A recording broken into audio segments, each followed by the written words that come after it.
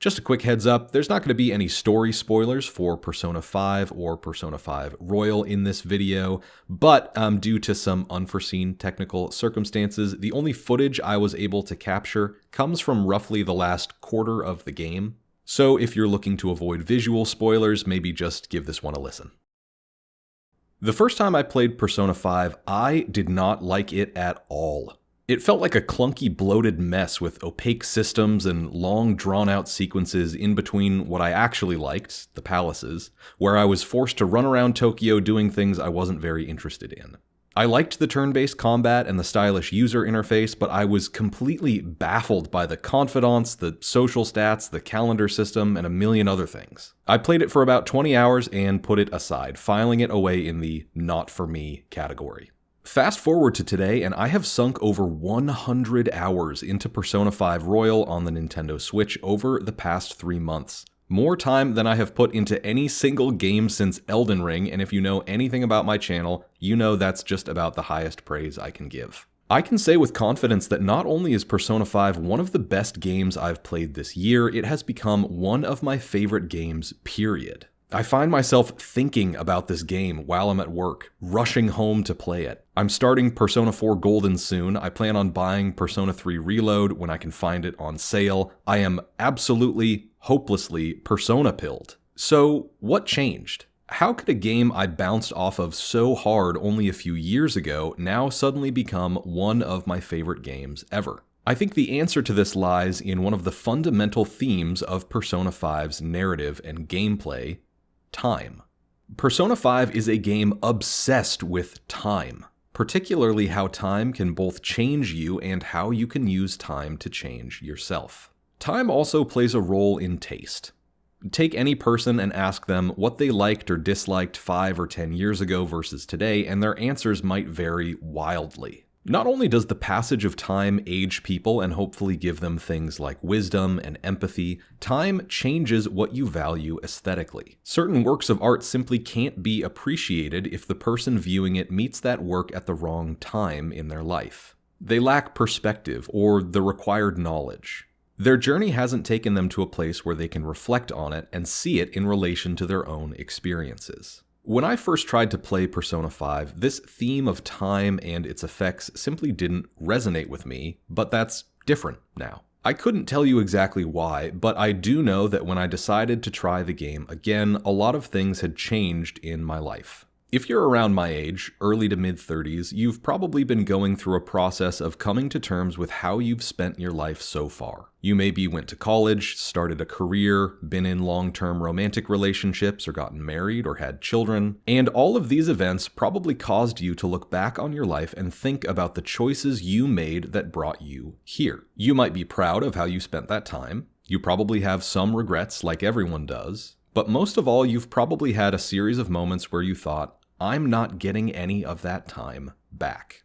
Persona 5 made me think a lot about this fact over the past few months. Nobody is guaranteed a long life, and none of us know when our time will be up. When I was younger, I didn't think about time this way. I sort of assumed I had an infinite amount of it, and that if I wasted it now, hey, no big deal, I get more of it tomorrow. The days just kept on coming. But the older I get, the more acutely aware I become of just how quickly time passes, and more aware of just how much of my time is not my own. The vast majority of my life is given to obligations like work, things I have to do whether I want to or not. And I'm one of the lucky few who can say they really do enjoy their job, but the question still stands: what do I do with the time that I do have control over? How exactly should I spend this resource?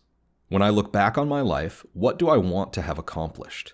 What sort of person do I want to have turned myself into? And these, coincidentally, are the same questions Persona 5 asks the player. We should probably start by talking about what Persona is exactly. It's a series of role-playing games going back to the 90s made by Japanese developer Atlus. The Persona world has a lot of games in it, and they're all loosely connected by settings, themes, and recurring characters. It has the same sort of vibe to me as something like the Dresden Files or the X-Files. Contemporary urban fantasy with a dash of the occult thrown in for good measure. While Persona and the other series surrounding it have never achieved the same sort of popularity as something like Final Fantasy or Pokemon, they have a dedicated fan base that has only expanded since the release of Persona 5. The games traffic heavily in symbolism and themes ranging from Western esoteric magic to Jung's theories on the collective unconscious, blending these together in a turn-based, dungeon-crawling, demon-summoning good time. If anything truly binds the games together, it's this idea that what we see on the surface, the material world, people's actions, the personas they wear at work or at school, is not the whole story. Like the other entries in the series, Persona 5 has you take on the role of a persona-wielding protagonist. We're introduced to this young man in the opening cutscene when he intervenes in an assault. He's trying to help a woman in danger, but he is sued by the man that he stops, convicted of assault himself, and placed on a year-long probation. He's sent to live with a relative in a neighborhood of Tokyo called Yongen-jaya, based off of the real-life district of Sangen-jaya. If he can avoid getting into trouble for a year, he will be released from probation and allowed to continue on with his normal life. This sort of setup foregrounds the major themes of the game right away. Persona 5 is not exactly sunny about the state of Japanese law enforcement, frequently referencing the high rate of arrests and convictions and the stigma that hangs over those who have been put through the criminal justice system as defendants. To his new classmates, his guardian, and his teachers, the player character is an object of suspicion. He has already been judged as a dangerous criminal, and the people around him don't hesitate to remind him that he has to earn their trust with good behavior and keep his head down in order to avoid further isolation. Any person put into this sort of scenario, catching a criminal charge simply for trying to be a good Samaritan while the real perpetrator gets to walk free, would be absolutely brimming with resentment and probably a fair amount of cynicism and depression. No good deed goes unpunished, as the saying goes. But it also functions as an interesting sort of fresh start. Nobody really knows the player character. They have assumptions about him, but all of his relationships are brand new, with at least the hope of proving himself to be a better person than they assume. This is the essential outlook of Persona 5. Life is bullshit. It's unfair. You get pushed around, punished for things you didn't do, and you largely have no control over what other people think of you or how they perceive you. But what you do have is time. Every day, you wake up and you get to make choices about how you spend that time. Things can change, and change for the better, but you have to be an active participant in that change. It will not happen if you sit on the sidelines. No one is going to fix your life for you. Of course, this is a bit of a tricky needle to thread.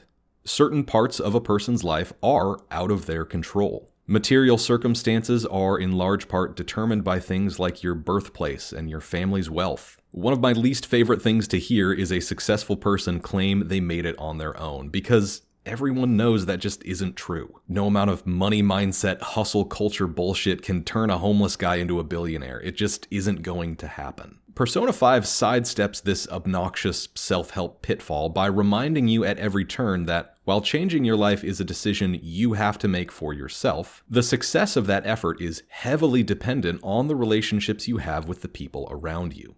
Best of all, it emphasizes this through its gameplay. The actual process of playing the game and progressing the story through combat and exploration contains positive reinforcements for the player when they spend their time engaging in these sorts of social relationship building habits. One of the major ways the game does this is through the confidant system. Confidants are characters in the game with whom you can form a special relationship. Each confidant has a rank from 1 to 10 that you can level up by spending time with them, and these ranks contain various buffs and quality of life improvements for the character when you reach certain thresholds. Each confidant in the game is represented by one of the major arcana in the Rider-Waite tarot deck. Rider-Waite is basically the standard for tarot readings, having been around in its modern form for almost a century. The guy with the cups, the guy with all the swords in his room, looking despondent over how many swords he owns, that's Rider-Waite. You already know what it is. There are a lot of misconceptions about the tarot. That it's necessarily a supernatural practice, that it can tell the future, that certain cards are good or bad. I'm certainly no expert, but I think the best way to understand how Persona 5 uses the tarot is as a sort of narrative shorthand and as a way to symbolize the process of change in a person's life. During a tarot reading, if a card is drawn from the deck, that card is supposed to represent something about your life. And what it represents is dependent on what position the card is in, upside down or right side up. Take death, for instance. Scary card, right? Well, not exactly. If death is drawn in the upright position, it signifies change, transition, or the ending of a cycle. If it's drawn in the upside down position, it represents resistance to change, inner purging, fighting against the end of something that should be coming to a close. Neither of those are bad things to hear, just maybe things you might not want to hear. Changing your life involves taking risks, especially the risk of losing something you once held dear. A relationship, a habit, something comforting to you that is now holding you back. This is where the real thematic heft of Persona 5 comes into play. Each of the confidants' stories contains similar elements. Letting other people's perceptions of them dictate their lives, wanting to change but not knowing how, wanting the power to take charge of their own lives but feeling as though that power has been stripped from them. What sort of steps does a person have to take in order to set a new direction for themselves? How does a person bridge the gap between who they are now and who they envision themselves to be in the future? And how does the passage of time figure into all of this? Persona 5 does something really mechanically interesting with time, something that I didn't understand on my first playthrough. The game itself takes place roughly across a single calendar year, and every single day of that year, you have to make choices about how you're going to spend your time. Most things that you do, whether it's going out with a confidant to try and rank them up, or increasing your social stats by studying, working, eating burger, etc., take time. You get out of school, and you have a block of time. You use that, putting it towards stats or confidants, and then you have another block of time in the evening to use as well. But you never get that time back. Once the evening block of time is used up, the game fast forwards to the next day. You see the date change, the weeks, the seasons, all of them pass by as you use your time in the best way that you can. There's something profound in this system and the way it makes you aware of time as a resource. In most RPGs, time exists as a sort of loose storytelling concept, if it exists at all. The characters are aware of time, they live through time, time progresses as the story moves on, but it does not exert positive pressure on you, the player, at all. Even if there is a day-night cycle, you could theoretically just stand in the same place for days at a time and nothing would really change. Your use of time in the game world in that way has no measurable effect on your character progression or the story in general. But in Persona 5, the way you choose to spend your limited time is critical. It is one of the most important aspects of the game. It makes you aware at every turn that in choosing to spend your time one way, you are also choosing to not spend your time in a different way. For instance, most days when you get home from school, you have multiple texts from multiple different confidants asking if you want to spend time with them that day. You popular little minx. You have to choose which one to prioritize, and it's not as if you can simply put off one confidant or another until the next day. Certain confidants are only available on certain days or under specific conditions. Some confidants will only meet in the evening, some can only be found right after school, and if you decide instead to spend time ranking up a social stat in order to further your relationship with another confidant, you miss out on that opportunity. Can I tell you something super embarrassing? I've sort of started to think of my own time in this way. I have an entire goal tracking, time tracking system that I started using around the same time that I started this game. And now I can't help but think when I do dishes or walk my dog or run errands or sit down to write these videos that these actions are increasing little invisible stats in the background. I can hear the little level up sound effect in my head when I do this. I mean, it's stupid, but if it's stupid and it works, it's not stupid. Time in Persona 5 is a resource, the same way that HP or SP or consumable items are. When you use it, it's gone. You don't get it back. The only other games I can think of that utilize time in this way would be farming sims, I guess. Harvest Moon, Stardew Valley. It's a rare technique, but it's one that suits the storytelling of the game like a glove. It's almost as if the game is forcing you to come to terms with the fact that you can't do everything. Sure, there are ways to min-max your time and get every social stat and confidant to their highest rank and fill out the whole compendium and do all the side content, but in reality, most people will finish a playthrough of Persona 5 with unfinished business due to the choices they made with their time. And isn't that kind of what life is like? This game caught me at an interesting time in my life. I'm not old, but I'm not in my 20s anymore. I've got a growing number of gray hairs. And at this stage, for a lot of people, you start to look back on things. There are whole seasons, entire years of my life that I do not remember. I couldn't tell you what I did with that time, or if I really did anything at all. It passed me by, and now it's gone. That is time that I am not getting back. This can be an absolutely paralyzing idea if you let it, but it can also be a freeing one. Your time is yours. Your life is yours. And while you owe some things to your community and the people around you, nobody is completely free from the social contract, the time you have been given is a gift to you specifically. So do something with it. That's the message Persona 5 hammers home again and again. A person's life is only worth living if they have some measure of control over it. Taking away a person's agency and denying them control over their own life is one of the worst things that you can do to someone. But the game also emphasizes that there is a way that people can do this to themselves. They can become their own jailers, in a sense. At the time of writing this video, I am almost 1 year sober. I have not touched alcohol or anything stronger than ibuprofen for almost 365 days. Over the course of my young adulthood, and particularly during the COVID-19 pandemic, I picked up a habit. It didn't destroy my life or ruin my relationships. I never lost a job because of drinking or hurt anyone, but alcohol was a consistent way that I dealt with stress.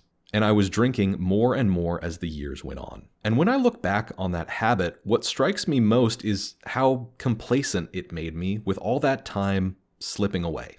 If sobriety has opened my eyes to anything, it's just how quickly time passes and how easy it is for 5, 10, 15 years to just disappear if you're not paying attention.